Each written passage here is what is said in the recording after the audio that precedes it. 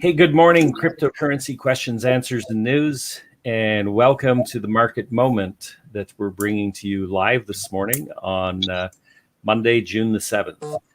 I'm joined with Curtis Caudill and Eric Yu, and my name is Jeff Brody. So, how are you folks? You have a good weekend? So far, so good. No complaints. Yeah, nothing Excellent. really happened. Excellent. Really chill weekend. The weather was kind of gloomy here in Vancouver, which was, I'd say, was needed. It got a little hot there for a while, so it was good. Yeah, no. Yeah, we got the heat here in Toronto. It was 35, 37 on the weekend, getting a little warm. You know, the pool's looking very inviting. So none of you were checking your crypto over the weekend, so you didn't see any of those green candles showing up, right? Yeah, right. try to get out as much as possible this weekend. Yeah, I didn't spend a whole lot of time looking at it, but things are still moving sideways for sure. Yeah. A little bit of green. It's interesting. So, do we think the bulls are back in control, or the bears still got some say in the things? What's your sentiment? What are you feeling like? Well, I don't know. I mean, if you look at the charts are really kind of in this limbo mode because everything's trending sideways. Now your alts seem to be boosting a little bit, which usually happens when Bitcoin trends sideways, but we're kind of at a pivotal moment where it's going to go up or it's going to go down. And if you look at your MACDs, especially at the closer time frames, there's not a whole lot of variance in them. So and they keep getting smaller and smaller. So this giant triangle, the wedge, is starting to come to the end. And when it reaches the end, it's going to go one way or the other. And there's been a lot of mixed news, which we'll talk about today, of course. But I'm optimistic, but we need to see, and I said this a couple of shows ago, we need to see that boost in volume to go to the upside of that wedge. Yeah, we've been, I was looking at the fear and greed index is at 15, so we're sliding a little bit more into that fear, which supports the narrative of seeing less volume on the markets. So I think a lot of people are either hodling or they've put money into stable coins and they're just sitting on the side waiting to see when it's going to come back. I was looking at, had someone bought into Ethereum when it dipped down to 2,500, if they were just swing trading, Ethereum touched over 2,800, you could have made a couple $100 just on a swing trade. So I think that, as we oscillate, it's very interesting. How do you feel, Eric? Are you I know we're all optimistic that we're going to get back to the bull run, but where do you see things going in the short term?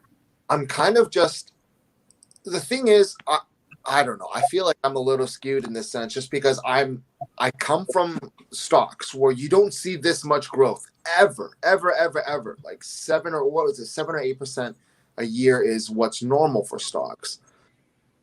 But I got in I started buying dollar cost averaging Bitcoin, Ethereum, all that good stuff back in December. So I'm still up. I'm really, really happy. I just don't see. Obviously it's not great. We were at, new all-time highs and we've plummeted. But it's not that bad. I just don't see why everyone's so worried. Just because, especially comparatively to stocks, we're still winning. Everyone's still winning. But I don't know. If you were new and did buy the highs, you could go back in history and check the charts, and it's always going to correct itself. The way Bitcoin boomed so hard, we always knew there was a correction, but it'll always go back up again. We've been around the space enough to know that there are trends. What goes up has to come down, but it'll eventually go back up again. So I'm optimistic. Am I holding my breath? No, not at all. But I know it's going to go up. It's only a matter of time, right? Yeah, and if you look at the whole history of crypto, though, the only people that are losing out right now are the people that got in really halfway through March until April. Those people are the only people that are down right now. And I'm sorry to those people. I hate it for you for sure, but hang in there. It's very volatile, and these types of swings, it's not the first time it's happened, and it won't be the last. And we'll reach new all-time highs again. It's just a matter of when. Exactly. It's like I took a look at the Wyckoff accumulation, and we've diverged from the pattern, but we're generally moving in that direction. So the interesting thing is, how the gymnasts use that springboard, like when gymnastics, right? They take that run down, so they're going sideways, and then they hit that. They do that jump on there, and they go into their spinning routines. Mm-hmm. I think that according to Wyckoff, we may see a dip, and I think this is where the fear is getting. So we may see a dip, but it's going to be a spring, right? So it's like the likes of the Kevin OLearys, the Elon Musks doing tweets, the whales doing coordinated sell-offs, that this may come. And I was listening to Da Vinci J15 and Chris from Crypto have a conversation, and they're saying, we could see a 10K movement on Bitcoin in either direction, and we could see Ethereum move $1,000. Not financial advice. We don't have crystal balls here, and they're not saying whether it's going up or down, but the trend. This might be the end of so that we might see that dip. So this is and when that dip comes, we're not going to have a lot of time to sort of scalp the bottom, is my thoughts. It's like the orders are going to have to be set so that you have an opportunity to get them filled on the way down. Sure. And then, so it's a guess. Who knows? Let's move on to some good news. And, let's talk about Bitcoin as legal tender, right? So there's a conversation. We saw that the president of El Salvador is talking about making Bitcoin legal tender. What's your thoughts about that, Curtis? Well, I do wish it was a more inviting country, and nothing against El Salvador, but any country accepting Bitcoin as legal tender, I think it's good. I kind of wish it was, maybe a European country or an Asian country or one that has a little bit. I don't know.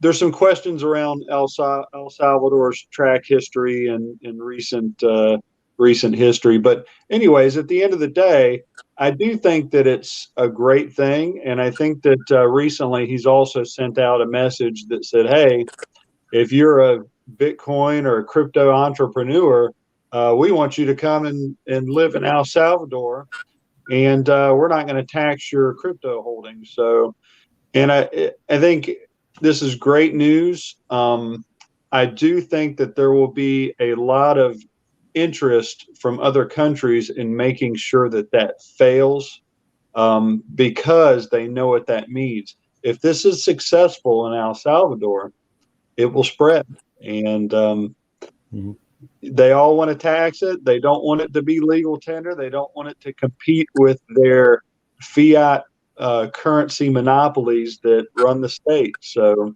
it's very scary to these larger countries, and they're going to use their muscle to try to suppress it. Yeah, I think that so for the trading, the world reserve currency, when you go to these South American countries, they don't want local currency. When you're spending money, they want the greenback, right? And if you bring it's like Canadian currency is very stable. They don't want it, right? They want the world reserve currency. So I think that, what's interesting is I was reading an article on Coin Daily. I go to CoinGecko to find some of the latest news, and they're talking about whether El Salvador is setting off a domino effect where Paraguay congressman hints at the legalization of Bitcoin. So we may see other countries stepping in and doing similar. What was interesting is I have a friend of mine who tried to get me heavily into to crypto back in 2014, and he is a dual citizen in Germany. So he says, because I'm a German national, right? So he's a citizen, that crypto there is treated as currency, right? So that it changes the way the tax structure is. So there are countries out there who have said already that crypto will be taxed as a currency. Mm-hmm. So recognizing it as legal tender, I think is very very interesting to see what's going on. What's your thoughts, Eric? I mean, you're young, and are you thinking of packing up and moving to one of these crypto friendly countries? I think it's only a matter of time before more and more countries jump on, just because if you look at exchanges, before you get that Binance exchange or any of these big exchanges, you're going to have to get these smaller ones along the way, right? Because they're the first ones that want to make the move to get themselves in. So I think it's only a matter of time. Time will tell for sure, but I think it's inevitable. In my mind, it's inevitable, because I might be different than most, but I have this weird blind faith that cryptocurrency is going to change how we live our lives. And I think we're just on the cusp. We're on that border of breaking through and saying, you know what, it's inevitable, just because of what utility it has compared to our fiat currency. We're just sitting on useless paper. It doesn't make sense. So I'm right there with you. Yeah. So I think it'll be really interesting. I don't have any ties here. And again, this is such first world problems. I live in Vancouver, one of the most beautiful places in the world, but I can't wait to get away to somewhere tropical. So whether it be Puerto Rico, El Salvador, whoever, if you guys aren't going to tax me on my crypto, I'm there. Yeah. Right. Yeah. There are a number of crypto friendly countries that are accepting people coming in as new citizens. Right? Yeah, So I do think that you'll see it more in the countries that have currency issues right now. Any country that has runaway inflation, if this works in El Salvador and they see an economic boom and it becomes a crypto haven, some of these third world countries, it may look really appealing, especially if they go to the grocery store and can't afford a loaf of bread or a gallon of milk if there is a grocery store. And then you also have, he was saying in El Salvador how there's so many people that don't even have bank accounts. Well, I think we're coming into a world where in some of these third world countries, they have access to electronic devices, but not necessarily a brick and mortar bank. So maybe Bitcoin is just the perfect plug-in for those places. Exactly. And and I was thinking about this. You think about Eric, if you were to make $1 million this year in crypto, right? And you were to cash that out, well, your gains the amount of tax you're going to have to pay is massive. Yeah. Now, if you moved to one of these crypto friendly countries, right? All of a sudden, and you hadn't cashed out your money, you just left it in crypto, so you have no gains, right? So you move there, you become a citizen, and then when you're a citizen, you start withdrawing that money. You're injecting a lot of money into this economy, right? So you're going to be buying housing, you're going to be paying for services. There's a lot of things that's going to happen, that will help the local economy. So as Curtis was saying, so if their economic, their dollar is unstable, we also see political unrest. So you want to choose a safe company. And one of the places I was looking at was, I know Portugal is also a crypto friendly countries, right? So you can get into some of the Mediterranean areas. So let's shift that and let's talk a little bit about Bitcoin Miami, right? So it had a massive draw, it's really nice to hear about, especially in our COVID times. So it was like getting people together, and talking crypto, and there was one article about where Mr. Wonderful, Shark Tank, Kevin O'Leary, the man who follows the money, who first said that Bitcoin was the scourge of the earth, and now has formed his own DeFi company, investment company. And now he's out talking about the environmental and safety aspects of Bitcoin, and that large corporations will not be putting it on their balance sheets until these ESG concerns are solved. So what's your thought about Kevin O'Leary's play on the evilness of cryptocurrency and Bitcoin? I don't even know why we're listening to this person in the first place. It's like, I get that he's a successful businessman, but what does he have to do with crypto at all?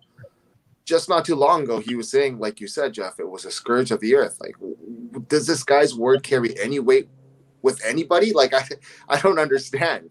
I get that he's very smart and he's a very successful businessman, but yeah, I don't know. Well, Eric, he follows the money, right? And the money is in crypto, so that's why he's there. I will say this, and I like to try to see all sides. The Bitcoin conference, there was a lot of good things. There's also a lot of Bitcoin maxis there, and for those that don't know what a Bitcoin maxi is, it's basically the idea that Bitcoin is the one, the only, the true, and that all these other crypto projects are hurting Bitcoin.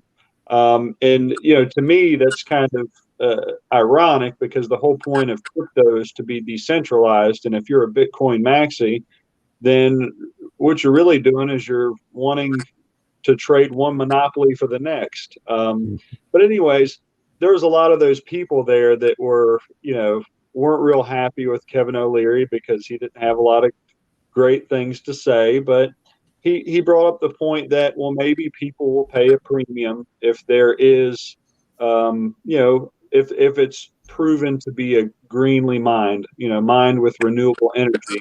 And he thought that might be a good selling point. But yeah, I mean, at the end of the day, guys, he wasn't there before. He's there now because he sees the opportunity, for sure. And I don't know how much he actually knows about the details of crypto. Yeah, I think he might be one of the hodos, trying to hold the door open a little bit longer so that he can get his money in place so that he can, buy low, sell high.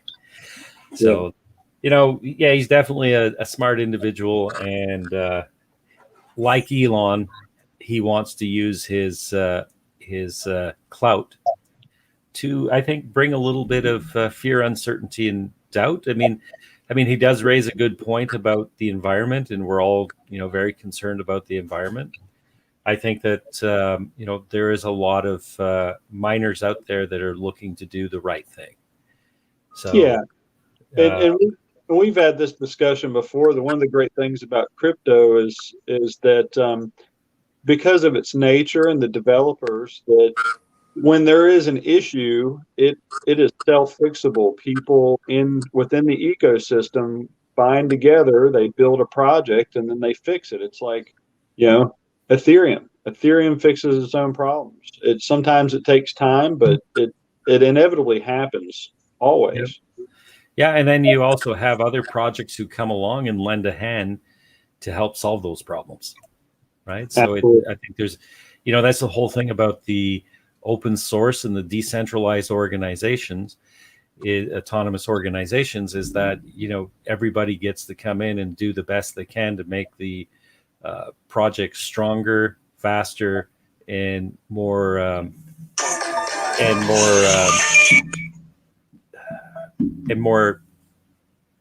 ecologically friendly.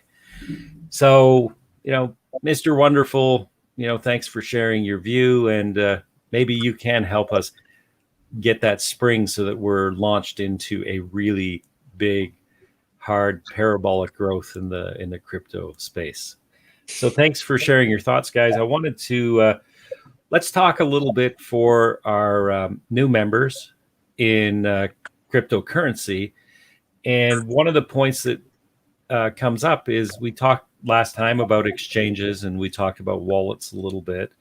And now we're going to talk a little bit about, well, how do you choose a cryptocurrency? So, when it comes to choosing a cryptocurrency, Curtis, what are some of the things that you do that you look for?